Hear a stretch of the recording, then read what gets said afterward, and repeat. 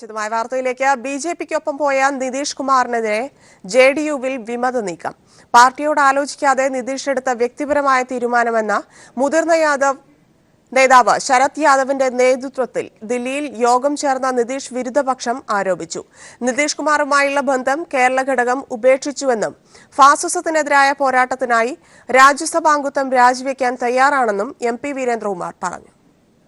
നിതീഷ് കുമാറിന്റെ സത്യപ്രതിജ്ഞാ ചടങ്ങിൽ പാർട്ടിയിലെ ഏറ്റവും മുതിർന്ന നേതാവ് കൂടിയായ ശരത് യാദവ് പങ്കെടുത്തില്ല. നിതീഷിന്റെ തീരുമാനത്തിൽ അതൃപ്തി അറിയിച്ച ശരത് യാദവ് ദില്ലിയിലെ വസതിയിൽ JDU നേതാക്കളുടെ പ്രത്യേക യോഗം വിളിച്ചു. MPമാരായ Ali Anwar Ansari, MP Veerendrakumar, party general സെക്രട്ടറിമാരായ അരുൺകുമാർ, ജാവേദ് റസാഖ് എന്നിവരാണ് യോഗത്തിൽ പങ്കെടുത്തത്. നിതീഷ് വ്യക്തിപരമായി എടുത്ത തീരുമാനത്തിന് ഒപ്പം നിൽക്കില്ലെന്നും 2 ദിവസത്തിനകം ഭാവി പരിപാടികൾ തീരുമാനിക്കുമെന്നും യോഗത്തിന് ശേഷം വിമത നേതാക്കൾ പറഞ്ഞു. जो कुछ उलटफेर हुआ है और पार्टी का स्टैंड पुराना स्टैंड चेंज हुआ है. രാവിലെ ശരത് യാദവുമായി കൂടിക്കാഴ്ച നടത്തിയ വീരേന്ദ്രകുമാർ കേരള ഘടകത്തിന്റെ നിലപാട് അറിയിച്ചു. ഫാസിസത്തെ എതിർക്കാനും മതേതരത്വം സംരക്ഷിക്കാനുമുള്ള പാർട്ടി തീരുമാനം നിതീഷ് അട്ടിമറിച്ചുവെന്ന് വീരേന്ദ്രകുമാർ കുറ്റപ്പെടുത്തി. ഫാസിസത്തിനെതിരായ പോരാട്ടത്തിനായി രാജിവെക്കാൻ തയ്യാറാണെന്നും വീരേന്ദ്രകുമാർ വ്യക്തമാക്കി. ഈ ഫാസിസത്തിനെതിരായിട്ടുള്ള പോരാട്ടത്തിൽ രാജ്യസഭ എന്നൊരു പ്രശ്നമില്ല, വേണമെങ്കിൽ വെക്കും, എന്നാൽ ഇതുവരെ കോംപ്രമൈസ് ചെയ്യില്ല. കേരളത്തിൽ സംസ്ഥാന കൗൺസിൽ യോഗം ചേർന്ന് ഉചിതമായ തീരുമാനമെടുക്കുമെന്നും വീരേന്ദ്രകുമാർ പറഞ്ഞു. അതേസമയം ശരത് യാദവ് കോൺഗ്രസ് ഉപാധ്യക്ഷൻ രാഹുൽ ഗാന്ധിയുമായും ചർച്ച നടത്തി. കൂടുതൽ നേതാക്കളെ ഒപ്പം കൊണ്ടുവരാനുള്ള ശ്രമത്തിലാണ് ശരത് യാദവ്. നിതീഷ് കുമാറിന്റെ തീരുമാനത്തിനെതിരെ പാർട്ടിക്കകത്തു തന്നെയുള്ള ഭിന്നതകൾ മറനീക്കി പുറത്തുവരികയാണ്. ശരത് യാദവിന്റെ നേതൃത്വത്തിലുള്ള ഈ വിമത നീക്കം ശക്തിപ്പെടുമോ എന്നുള്ള കാര്യം വരും ദിവസങ്ങളിൽ വ്യക്തമാകും. ശരത് യാദവിന്റെ വസതിക്ക് മുന്നിൽ നിന്നും ക്യാമറാമാൻ നയൻ ദേവരാജിനൊപ്പം M സന്തോഷ്.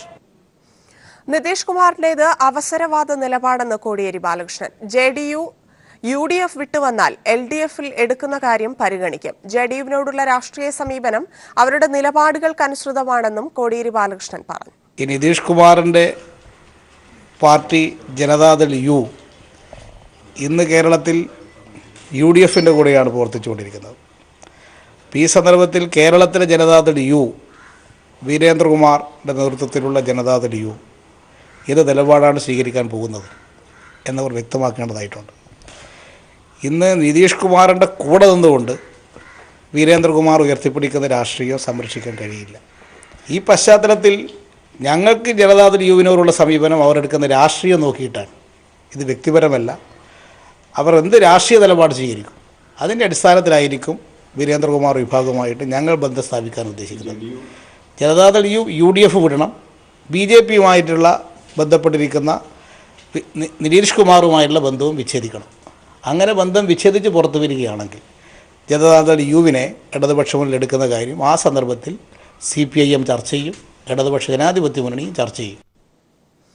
മഹാസഖ്യത്തിൽ നിന്ന് പുറത്തുവന്ന നിതീഷ് കുമാർ BJP പിന്തുണയോടെ ബീഹാർ മുഖ്യമന്ത്രിയായി സത്യപ്രതിജ്ഞ ചെയ്തു. ഉപമുഖ്യമന്ത്രിയായി സുശീൽ കുമാർ മോദിയും സത്യപ്രതിജ്ഞ ചെയ്ത് അധികാരമേറ്റു. നിതീഷ് സർക്കാർ നാളെ വിശ്വാസ വോട്ട് തേടും. 132 MLAമാരുടെ പിന്തുണയുണ്ടെന്നാണ് നിതീഷ് കുമാർ പക്ഷത്തിന്റെ അവകാശവാദം.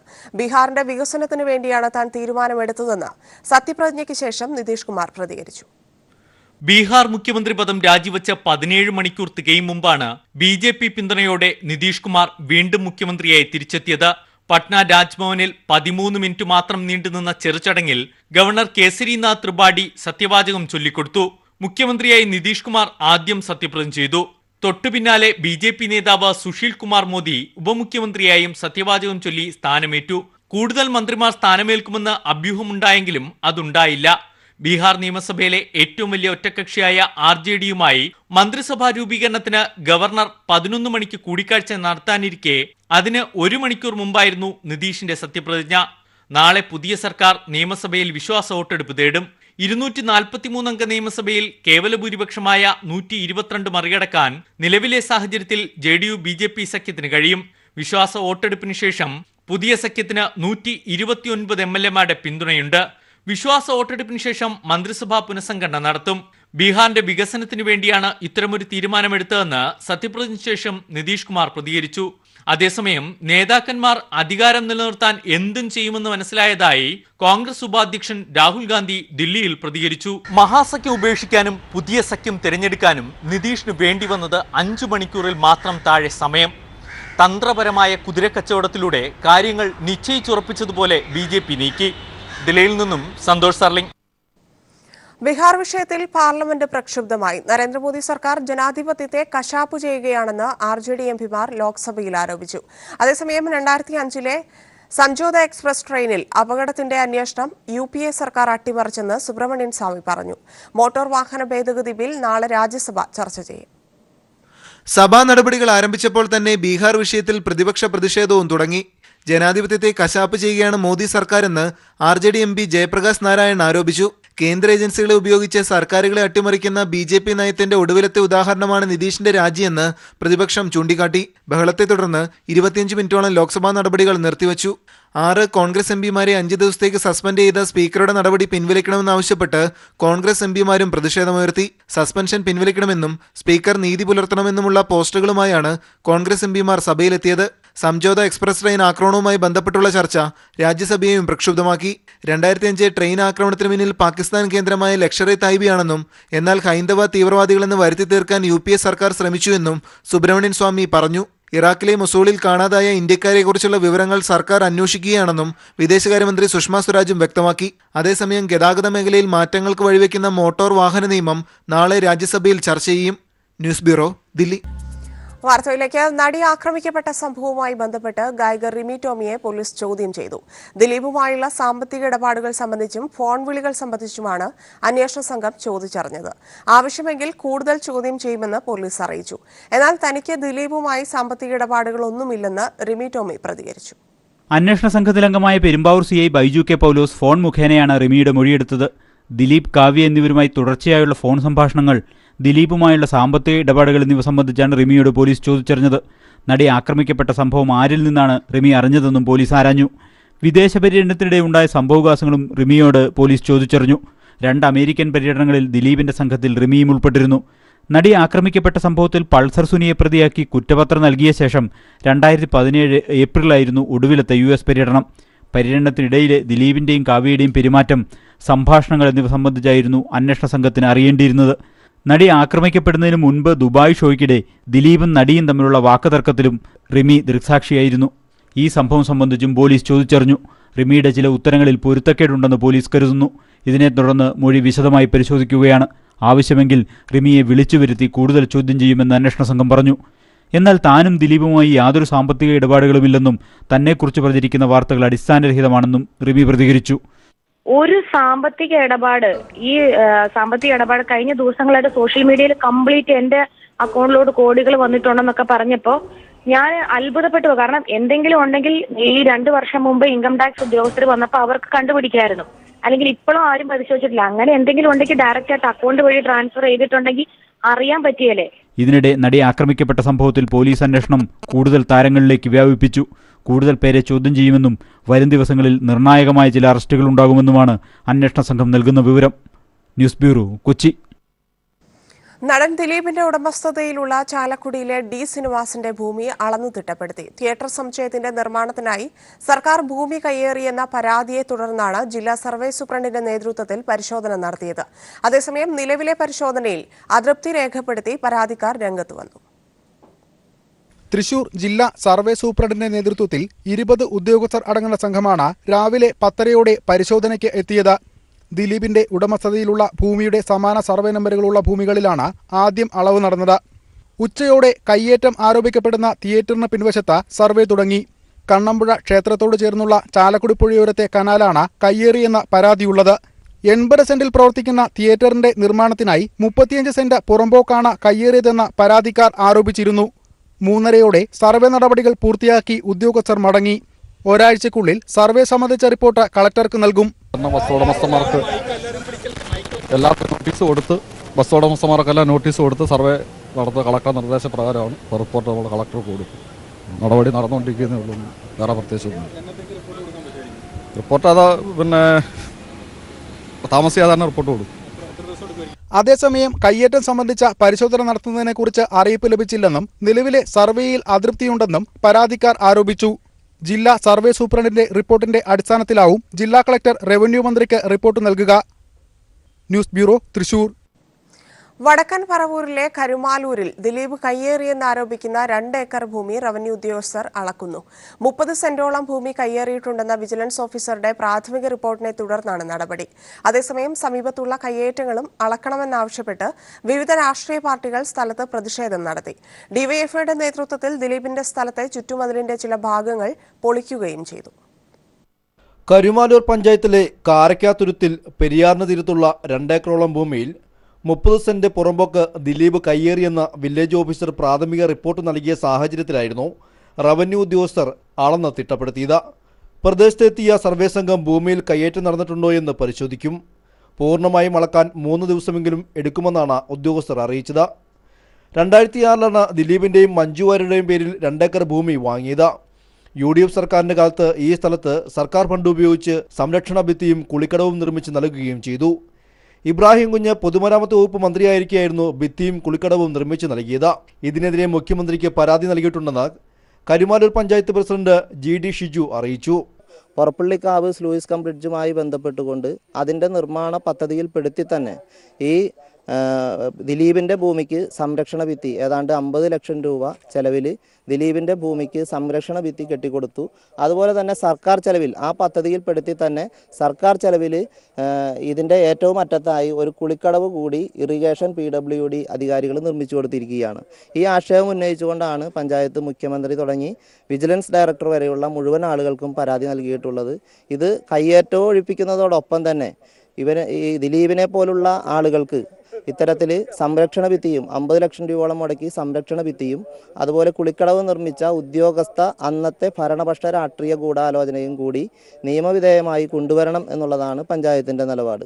അതേസമയം ദിലീപിന്റെ സ്ഥലത്തിനോട് ചേർന്നുള്ള പെരിയാറിന്റെ സമീപ പ്രദേശത്തെ മറ്റ് കയ്യേറ്റങ്ങളും അളക്കണമെന്നാവശ്യപ്പെട്ട് UDFും BJPയും പ്രതിഷേധ പ്രകടനം നടത്തി.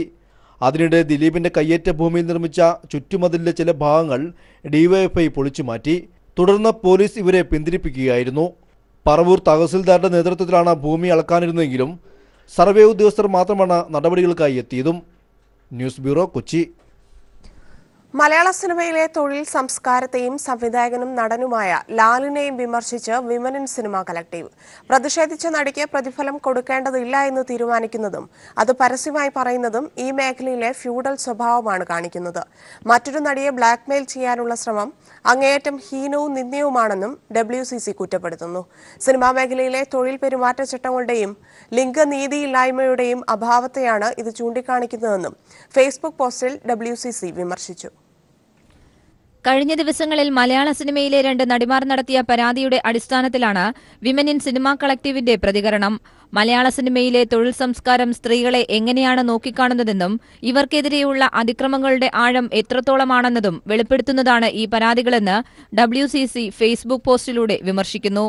നിർമ്മാതാക്കളുടെ താൽപര്യാർത്ഥം തയ്യാറാക്കപ്പെടുന്ന കരാറുകൾക്ക് പകരം വേതനം, തൊഴിൽ സമയം, ഡ്യൂപ്പിന്റെ ഉപയോഗം തുടങ്ങിയ ഘടകങ്ങൾ കൂടി സ്ത്രീപക്ഷത്തു നിന്ന് പരിഗണിച്ച് കരാറുകൾ പുനഃസംഘടിപ്പിക്കണം. പ്രതിഷേധിച്ച നടിക്ക് പ്രതിഫലം കൊടുക്കേണ്ടതില്ല എന്ന് തീരുമാനിക്കുന്നതും അത് പരസ്യമായി പറഞ്ഞ നടനും സംവിധായകനുമായ ലാലിനെയും ഇവർ ശക്തമായി വിമർശിക്കുന്നു. പ്രതിഫലം കൊടുക്കില്ലെന്ന് പരസ്യമായി പറയാനുള്ള ധാർഷ്ട്യം കാണിക്കുന്നത് ഈ മേഖലയിലെ ഫ്യൂഡൽ സ്വഭാവമാണ് കാണിക്കുന്നതെന്നാണ് വിമർശനം. സ്വകാര്യ ചിത്രങ്ങൾ സോഷ്യൽ മീഡിയയിൽ പ്രചരിപ്പിച്ചതിനെതിരെ മറ്റൊരു നടി പരാതി നൽകിയിരുന്നു. ഈ സഹപ്രവർത്തകയെ ബോഡി ഷെയ്മിംഗ് നടത്തി ബ്ലാക്ക്മെയിൽ ചെയ്യാനുള്ള ശ്രമമാണ് ഇപ്പോൾ നടക്കുന്നത്. അത് അങ്ങേയറ്റം ഹീനവും നിന്ദ്യവുമാണ്. 2 നടിമാരുടെ പരാതികളിലും ഈ മേഖലയിലെ തൊഴിൽ പെരുമാറ്റച്ചട്ടങ്ങളുടെയും ലിംഗനീതി ഇല്ലായ്മയുടെയും അഭാവത്തെയാണ് ചൂണ്ടിക്കാണിക്കുന്നതെന്നും WCC വിമർശിക്കുന്നു. ചെറുത്തുനിൽപ്പിന്റെ ശബ്ദങ്ങളെ വിലക്കുകളിലൂടെയും നിരോധനങ്ങളിലൂടെയും നിയന്ത്രിക്കുന്നവരോട് സ്ത്രീകൾ ഉറക്കെ കലഹിച്ചു തുടങ്ങിയിരിക്കുന്നുവെന്നും സംഘടന ഓർമ്മിപ്പിക്കുന്നു.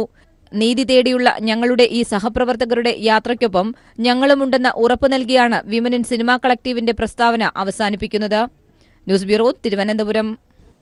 ദിലീപിന് ജയിലിൽ പ്രത്യേക സൗകര്യങ്ങൾ നൽകുന്നില്ലെന്ന് ADGP R ശ്രീലേഖ. ഇതു സംബന്ധിച്ചുള്ള വാർത്ത എങ്ങനെ പുറത്തുവന്നുവെന്ന കാര്യം അന്വേഷിക്കുമെന്നും ശ്രീലേഖ വ്യക്തമാക്കി. അതൊന്നും എനിക്കറിയില്ല അതിനെപ്പറ്റി. നിങ്ങൾ പത്രക്കാർ പറയുന്നതല്ലാതെ അതിനെക്കുറിച്ച് ഒരു വാർത്തയും കിട്ടിയിട്ടില്ല. എനിക്ക് ഒരു ഇൻഫർമേഷനും കിട്ടിയിട്ടില്ല. പത്രത്തിൽ കൂടെയുള്ള ന്യൂസേ ഉള്ളൂ. അതിനെക്കുറിച്ച് എന്താണെന്ന് വെച്ചാൽ അന്വേഷിക്കുന്നത്. എൻ്റെ അറിവിലില്ല. ആരോപണം പത്രത്തിലൂടെയല്ലേ ഉയർന്നത്? ആരാണ് ആരോപണം ഉണ്ടാക്കിയതെന്നാണ് ആദ്യം അന്വേഷിക്കേണ്ടത്. എൻ്റെ അറിവിൽ ഇങ്ങനെ ഒരു പ്രശ്നം ഉണ്ടായിട്ടില്ല അവിടെ. വാർത്തയിലേക്ക്. ആക്രമിക്കപ്പെട്ട നടിക്കെതിരെ മോശം പരാമർശം നടത്തിയെന്ന പരാതിയിൽ മുൻ DGP TP സെൻകുമാറിനെതിരെ അന്വേഷണത്തിന് ഉത്തരവ്. വിമൻ ഇൻ കളക്ടീവ് സിനിമ നൽകിയ പരാതിയുടെ അടിസ്ഥാനത്തിലാണ് അന്വേഷണം. ADGP B സന്ധ്യയ്ക്കാണ് അന്വേഷണ ചുമതല.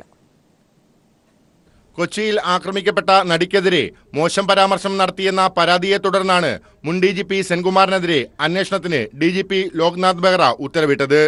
സിനിമാ മേഖലയിൽ പ്രവർത്തിക്കുന്ന സ്ത്രീകളുടെ കൂട്ടായ്മയായ വുമൺ ഇൻ സിനിമ കളക്ടീവ് എന്ന സംഘടന നൽകിയ പരാതി പരിഗണിച്ചാണ് അന്വേഷണത്തിനു ഉത്തരവിട്ടത്. ADGP B സന്ധ്യയുടെ മേൽനോട്ടത്തിൽ IG മനോജ് എബ്രഹാമായിരിക്കും വിഷയം അന്വേഷിക്കുക. ഒരു മലയാളം ഓൺലൈൻ മാസികയ്ക്ക് സെൻകുമാർ നൽകിയ അഭിമുഖത്തിനിടയിലാണ് വിവാദ പരാമർശങ്ങൾ നടത്തിയതെന്നാണ് ആരോപണം. സമാന അഭിമുഖത്തിൽ മതസ്പർദ്ധ വളർത്തുന്ന പരാമർശം നടത്തിയതിന് സെൻകുമാറിനെതിരെ കേസെടുത്ത് അന്വേഷണം നടക്കുന്നുണ്ട്. ഈ കേസിൽ സെൻകുമാർ ഹൈക്കോടതിയിൽ നിന്നും ഇടക്കാല മുൻകൂർ ജാമ്യം നേടിയിട്ടുമുണ്ട്. ഈ ഘട്ടത്തിലാണ് സ്ത്രീത്വത്തെ അപമാനിച്ചതുമായി ബന്ധപ്പെട്ട പുതിയ കേസ് സെൻകുമാറിനെതിരെ വന്നിരിക്കുന്നത്. News bureau, Thiruvananthapuram. അന്താരാഷ്ട്ര അത്ലറ്റിക് മീറ്റിൽ പങ്കെടുപ്പിക്കാത്തതിനെതിരെ PV ചിത്ര സമർപ്പിച്ച ഹർജിയിൽ കേന്ദ്ര സർക്കാരിനോട് ഹൈക്കോടതി വിശദീകരണം തേടി. അത്ലറ്റിക് ഫെഡറേഷനുകളുടെ പ്രവർത്തനങ്ങളിൽ ഇടപെടാൻ കേന്ദ്ര സർക്കാരിന് അധികാരമുണ്ടോ എന്ന് വ്യക്തമാക്കാനാണ് കോടതി നിർദ്ദേശിച്ചിരിക്കുന്നത്. കേന്ദ്ര ഫണ്ട് ഉപയോഗിച്ചാണോ ഇവ പ്രവർത്തിക്കുന്നതെന്നും വ്യക്തമാക്കണം. യോഗ്യത ഉണ്ടായിട്ടും തന്നെ തഴഞ്ഞത് എന്നാണ് ചിത്രയുടെ പരാതി. ഇക്കാര്യത്തിൽ ഹൈക്കോടതി നാളെ ഇടക്കാല ഉത്തരവ് പുറപ്പെടുവിക്കും. കോവളം കൊട്ടാരം സ്വകാര്യ ഗ്രൂപ്പിന് കൈമാറാൻ സർക്കാർ തീരുമാനം. മന്ത്രിസഭാ യോഗമാണ് തീരുമാനം കൈക്കൊണ്ടത്. ഉടമസ്ഥാവകാശം സർക്കാരിൽ നിലനിർത്തിയാകും കൈമാറുക. കൈവശാവകാശം മാത്രമാകും സ്വകാര്യ കമ്പനിയായ RP ഗ്രൂപ്പിന്.